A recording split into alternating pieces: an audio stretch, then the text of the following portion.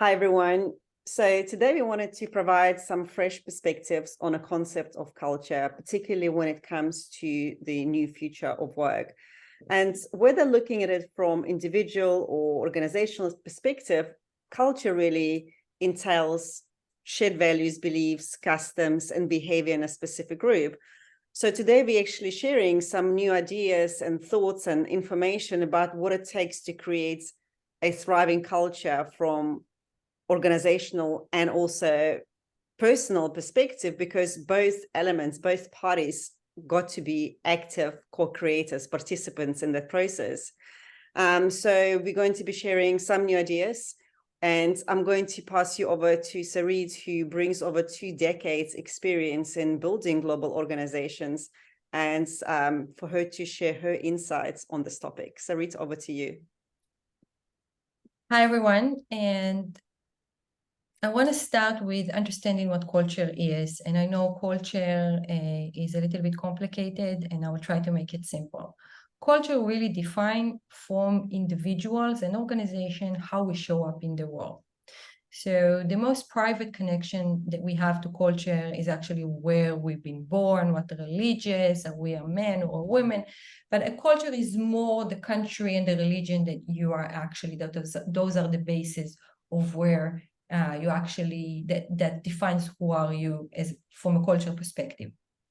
Organizations are not different than that. Organization define the culture that actually state to their employee how they're going to show up in the let's say the world, representing the company, and even within the company.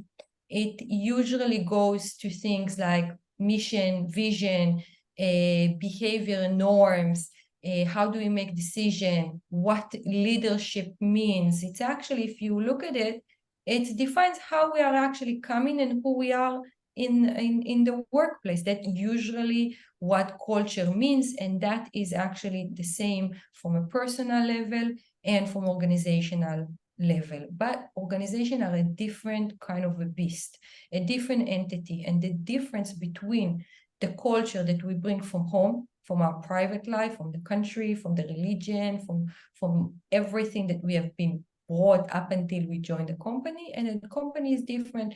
And the simplest perspective to give you the understanding of what is the difference. So if a country has an evolution through centuries of years to define the culture, organization doesn't have this benefit. Organization need to come from not having a culture to having a culture instantly. So it can be on the smallest scale of I'm an entrepreneur, I opened a company, and from day zero, my company should present a culture. So from nothing, I'm evolving to a culture. And also through the evolution of a company, an organization, if we want to share, if we want to succeed as an organization, we need to evolve, and we need to evolve very, very fast. A very good example to actually emphasize on this point of evolution is, for example, the step when organizations are becoming from a local company to a global company. So from actually driving the culture from a perspective of one location, and when the minute we open an office somewhere else, we have a culture of two perspectives that we need to incorporate into the organization, and we need to evolve immediately. So this is the challenges that an organization have when it's looking at the magic of what we call a culture. And definitely a culture is the key source or magic that organization can create, and should be the basis of actually the success option we have to succeed as an organization. Which takes me to the new future of work, and why do I think that I can provide you on what information can I provide you to make you think in different ways. So I believe that there is also evolution that happens within the concept of how we create cultures. As I stated, we are actually evolving very, very fast. Organizations need to address really, really quickly to the changes on the global environment. Diversity, inclusion is something that the organization has been facing first, and should actually be agile and address that more quickly. And this takes me to the future of work, the way that companies actually have the power to change global perspective from the time that I started my own company, I also always believe that organization culture can demonstrate a lot of things that countries will take years to actually demonstrate and move the culture towards. So if I started with the example of diversification and inclusion, organization can really, really quickly adopt and go beyond years of change it will take to a country to demonstrate inclusion and diversification really, really quickly, and can start showing the change that we want to see in the world. So yes, today I came with a quote that I really, really believe should be our North Stars when it comes to everything in life, but very specifically to this example or conversation we're having today. If you want to see a change in the world, be the change that you want to see. It starts with us, and culture gives us as organization a magic to actually impact the world beyond the value creation of product or services that we are providing. I always saw it as a big benefit of how I can actually amplify the voice of the organization that I managed and started from scratch.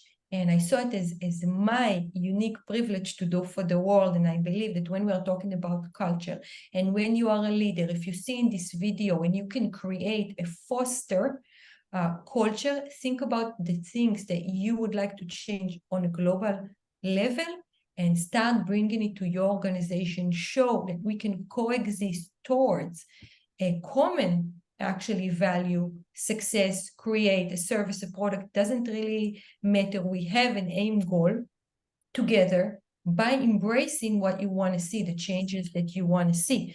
And in the future of work, I think we need to also take under consideration something else. A part of how people define themselves is their job, is to which organization they are actually connected to. To the generation that are coming now, it's really, really important to know that they are actually contributing to the world even when they're going to work. So in your perspective of how we can actually amplify and contribute to the world is the culture that we create. And I think it's a powerful voice that management can actually talk to the people with and cultivate that and bring it as the core pillar of the culture that you want to demonstrate as an organization. And I believe this is the basis of how new future of work is actually implementing culture and how we see culture in organization. Lena, what do you think? So I think it's awesome, and I love how you gave this example, how countries had centuries to evolve to really kind of grow into the culture, while organizations, it's instant. And because everything is changing now faster than before, they have to keep up and stay, on top of the game. So I actually had a question for you. So let's say, you are an organization, and we know that people are the sum of the organizations. And then you hire a person who looks really great on CV, but their values, their personal culture is misaligned, is not in alignment with organizational values. Like, how do you actually handle something like that? I usually believe that everybody that comes to work and qualify for a job has the qualification. What makes you a success at your job, it's actually the culture. Do you actually fit the culture of the organization? And a lot of times we found ourselves as a company telling people, you are great, but you are not our kind of a person. You do not demonstrate our values. When your values are clear as an organization, it's very clear to provide a statement to, are you demonstrating our values or not? So it's actually, Lena, like individual, if we're very clear, if we're crystal clear on who we are and how we want to show up in the world, it's really, really, really easy for somebody who's joined the organization, even him to know if it's part of our culture or not. So it's clarity overall, demonstrating, understanding who we are. So that obviously involves some great communication, right? Because, when somebody comes to you, let's say for recruitment, and as I said, they've got tons of experience, let's say in a sales arena, they hit the targets, KPIs, whatever, but let's say a month or two goes by and you're like, hang on a second, it's not an alignment. I mean, that's when I think that conversation needs to happen. But is it possible to catch it like super early, like right through the interview, or do you think you need time to really suss it out? So there is things that can definitely be highlighted through the recruitment process, okay, where there is, for example, one inclusion and diversification. People that collage with our core value would probably couldn't have come work with us. Because you already come to the interview, you see who your colleagues are, you get the names, you see the colors. So there is things that are the core value, and I'm saying it's okay to be whoever you want, but that was my organization and that is my core value, and it was demonstrated through my organization. So you probably wouldn't come work with us, Lena. It's that obvious, right? If you have a problem with the country, the religion, or whatever, you wouldn't come work for us. And that is very crystal clear. But there were core values of teamwork, for example, that unless you actually did the work, you wouldn't understand what teamwork is. Because the statement of teamwork is different. For us, for example, it demonstrated waking up in the middle of the night because your colleagues in the United States and you are here and there is time differences. So when you come to work, you unnecessarily understand what the title means. And that kind of a thing, teamwork, going beyond supporting a customer, for example, until you come in and you do the job, I don't believe you can. So usually we give it like 3 months or whatever to understand if somebody is actually our person or not. Yeah, no, that makes a lot of sense. Because, when I think about the culture from an individual perspective, to me, it's all about how we express ourselves, right? It's, in other words, like how we prioritize our days, our actions, what are our values, our passion, what are our inspirations and aspirations, and also, very importantly, how we communicate with others, how we show up for people in our team, in organization, also how we show up for ourselves. Because, at the end of the day, I strongly believe that it's not even what we are doing, and I'm not taking any credibility from the expertise, but it's also about who we are being. And I mean, I know it's an overused phrase, but there is that saying that you're not a human doing, you are a human being. And sometimes I think it's easy to get to lose a sight of it, really, because there are so many experts in organizations, so many people who are like really bright minds, but being an expert doesn't mean that the values of that person are in alignment with the company values. And that's just a conversation that we just had, because just from a personal example, I wanted to share something. I worked with so many like bright minds, but people probably on a level of genius, and they can write the best code. They can read a technical spec and interpret it in a minute, and they'll know exactly, what needs to happen and how the problem needs to be solved. But, and especially one person specific comes to mind because he was my team lead. Even though he was super, super clever, he didn't really have patience or time for his people. And, that person expected other people to basically understand, to analyze, to interpret everything the way he was interpreting them, and didn't really have any empathy or compassion to understand when people couldn't keep up, with that pace or understand certain things in the way they were meant to be understood. So now, if you think about it, you've got, let's say, a team leader who's super clever. And I'm not saying if somebody can't understand something the way he understands, they're less clever. It's just different degrees of cleverness, right? So if he thinks in a very certain logical way, very intellectual, and then they have people on a team who maybe approach a problem in a very different way, who don't express themselves that way, then of course, everybody, has their own belief system. We're all really different. So when you're not aware of that differences, when you don't understand people's needs, then this can actually, it does, and I know it created a massive communication gaps, and it can potentially destroy organizational culture, because you've got a bunch of people who are actually scared to voice their opinion, to even suggest something different, because they're going to be shut down, and that actually really impacts your self-worth, right? So therefore, I do believe that in order to preserve, or not even to preserve, but to contribute to the culture on a greater level, we have to firstly start with ourselves and get radical honest with ourselves by firstly actually accepting, and acceptance, I believe, is the key, all of our strengths and our weaknesses, and then just taking time to self-reflect. And I mean, that I think is the key for when we're talking about the teams and how we all work together for anyone, and especially it all comes from the leadership for the team leaders to really self-reflect, to analyze our days and perhaps even our lives, and ask ourselves the questions like, where am I living out of integrity? Where am I not being true with myself and with people around me? And one way I believe to answer this question is just to become aware of where your self-esteem goes up and when it comes down with opinions of others. And another, other really important questions I believe that we should be asking ourselves more, to get in touch with that humanist side of us, to start really understanding one another, is what makes me happy. I don't think people ask themselves that question. I was speaking in DevOps a couple of weeks ago, and I gave them a practical exercise to do. And the exercise was where they had to journal for 3 minutes on a question: if anything was possible and I could not fail, what would I love to achieve? And some people were asking me the questions, what if I don't know?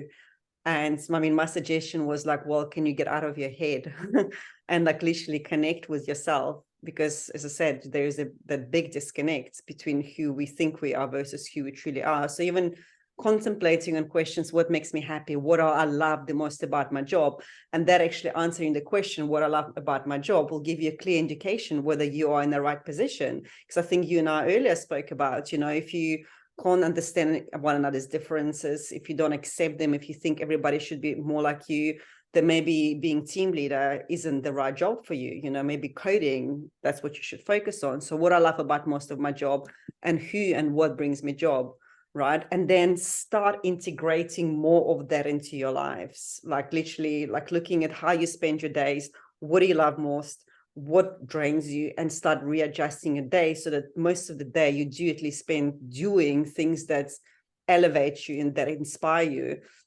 because that's when that alignment happens. That's when we start living with alignment with ourselves, with our values. We start trusting ourselves more. We start trusting others more. And, and then from that place, I believe we can really be of greater service to people we work with. And it's just all contributes to greater organizational culture. Lena, if I can suggest one thing, because I do believe that everything you said is accurate. And in order to to have a successful culture, organization and employees are the same organism with two different points of view, but organization cannot work currently. I haven't found an organization with no employees, and employees have to go to work, so coexisting over there. But clarity, understanding who we are, and have a clear voice to who we are, I think it's key success for both sides. Even though in organization we do have rules of conduct that are commonly understood in the world of organization, which actually I think that is preventing actually being people doing the honest work. Okay, because we do on a regular basis get normal, you can't come, for example, in flip-flop to work, or how even third of things, we are provided a box that we all agree to and we are all accepting when we're going to work. Okay, and what you are asking people is to go beyond it. So let's say you want to come with flip-flop. It makes you happy. You want a casual Friday. I don't know what you want. I've been to work conversations, but I always admire them. Why? Because they were honest with me. Okay, they were honest with me, and they reflected what they want. So I'm saying from both sides, you have to be clear on what you're actually doing. And the minute you know that, that is a success. Yeah, no, absolutely. I mean, clarity is everything. But what I know, and from personal experience, is sometimes you don't feel confident enough to express that, right? And especially if you work with leaders, with management, who don't really care to listen to your opinions. And that's why that awareness, that drive needs to come from the top. It's like, hi guys, you know, what would you love, right? Or what would you like? What changes would you like to see within our team even? And just start small, maybe like you say, like a flip-flop Friday or a Jean Friday, whatever that is, right? But I feel like some people really need to be encouraged, because when we don't express it, when we don't express what we want, we suppress it. And then it impacts our work, it impacts our mood, it impacts people around us. So I think creating that culture where we can all just say what we mean and mean what we say. You can say it only if you're clear.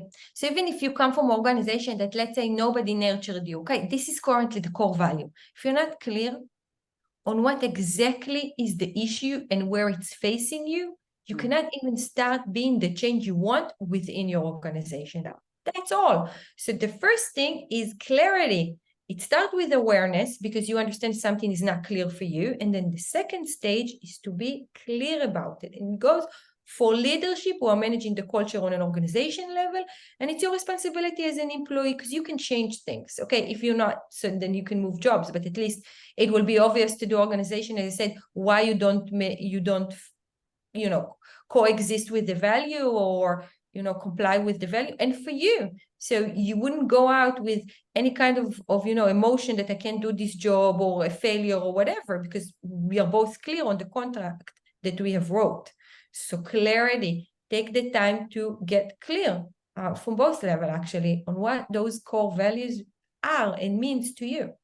Yeah, I mean, clarity, exactly. And that's one of the points that I've mentioned. I mean, we are too busy running around and too busy being busy. And we can't have clarity when we are too busy. And that's what I said. We need to take time to get clear and ask ourselves, like, what do I want? What would I love? What would make me happy? What do I enjoy the most? And these are some important questions that both like individuals or organizations need to ask themselves, because that's where clarity comes from. Yes. So like, subscribe, follow us on Instagram. I'm going to provide a little bit of tips on how you can get clarity. Inspiration will probably be my week on Instagram, with inspiration on how to change you want to be in the world. So see you in the next video. Bye, guys.